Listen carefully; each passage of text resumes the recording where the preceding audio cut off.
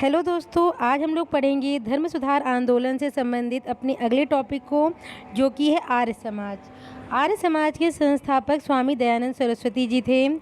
इनका जन्म गुजरात के मोरवी रियासत में सन 1818 में हुआ था।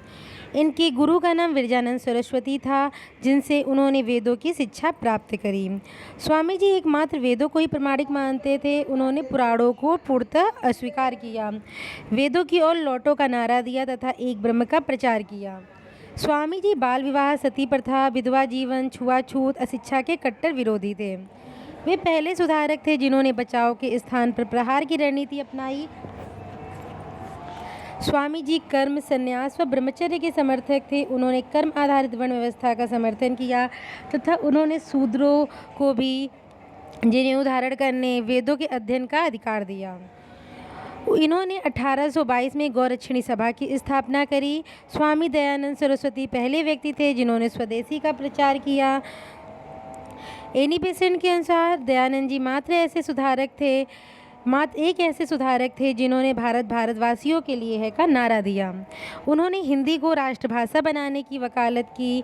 उनसे मिलने के बाद ही नॉर्थब्रुक ने मुस्लिम तुष्टीकरण की नीति प्रारंभ की। स्वामी जी ने नॉर्थब्रुक से कहा था, एक जगह उनके और नॉर्थब्रुक की जहाँ पर मीटिंग हुई, तो उन्होंने कहा कि अच्छे से अच्छा विदेशी शासन जो है, मतलब कि अगर अच्छे से अच्छा जो विदेशी शासन होता है वो बुरे से बुरे स्वदेशी शासन से ख़राब होता है। या फिर ये समझ लीजिए कि उन्होंने कहा कि बुरे से बुरा जो स्वदेशी शासन है वो अच्छे से अच्छे विदेशी शासन से अच्छा होता है। मतलब कि जो अपने देश का है वो हर ढंग से अच्छा ही होता है। तो जब उनके इस वक्तव्य को सुना नॉर्थब्रुक ने, तो उसने मुस्लिम तुष्टीकरण की नीति प्रारंभ करी। स्वामी जी ने हरिद्वार में पाखंड खंडनी पताका लहराई, जिसका मूल उद्देश्य अपने विचारों का प्रचार प्रसार करना था। उन्होंने पाखंड खंडनी पताका फहराई, जिसके द्वारा उन्होंने जो उनके विचार थे उसको प्रचार करने का कार्य प्रारंभ किया। केशव सेन के कहने पर उन्होंने सत्यार्थ प्रकाश का अनुवाद हिंदी भाषा में किया। उन्होंने धर्मांतरित किए गए हिंदुओं का शुद्धिकरण किया। उनको पुनः से जो धर्मांतरित कर दिए गए थे हिंदू, उनको फिर से हिंदू धर्म में कन्वर्ट किया। इसे शुद्धि आंदोलन के नाम से जाना गया। विष देने से स्वामी जी की मृत्यु अजमेर में हो गई। स्वामी दयानंद सरस्वती द्वारा लिखी गई पुस्तकें सत्यार्थ प्रकाश, पाखंड खंडन, वेद भाष्य भूमिका, ऋग्वेद भाष्य, करुणानिधि, अद्वैत मत का खंडन, पंचमहायज्ञ विधि, वल्लभाचार्य का खंडन, तो इनके द्वारा लिखी गई पुस्तकें हैं जो कि हमको याद रखनी है। वैलेंटाइन सेरोल ने इन्हें भारतीय अशांति का जनक कहा। स्वामी जी का प्रभाव उत्तर भारत में सबसे ज़्यादा रहा और भारतीय राष्ट्रीय आंदोलन में भी बहुत सारे आर्य समाजी हैं जो कि आकर के उतरेंगे, जिसमें से लाला लाजपत राय, बिपिन चंद्र पॉल, इन सब के नाम जो हैं वो आते हैं। आर्य समाज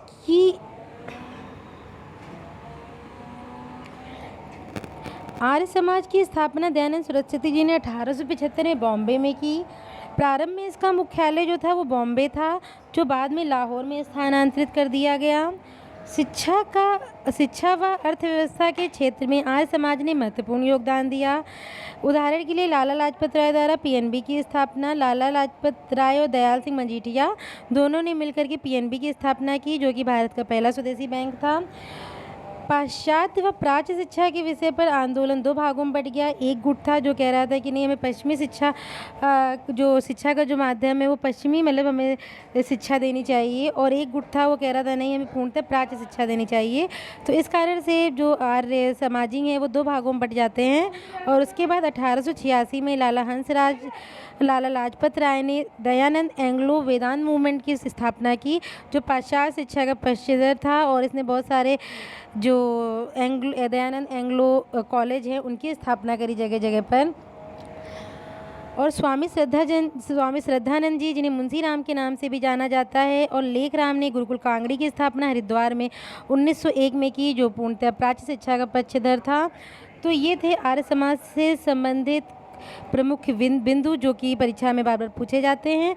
अगर आपको वीडियो अच्छी लगी तो प्लीज़ लाइक एंड सब्सक्राइब करें, और कहीं पर भी कुछ कमी नज़र आए तो प्लीज़ सजेस्ट करें। धन्यवाद।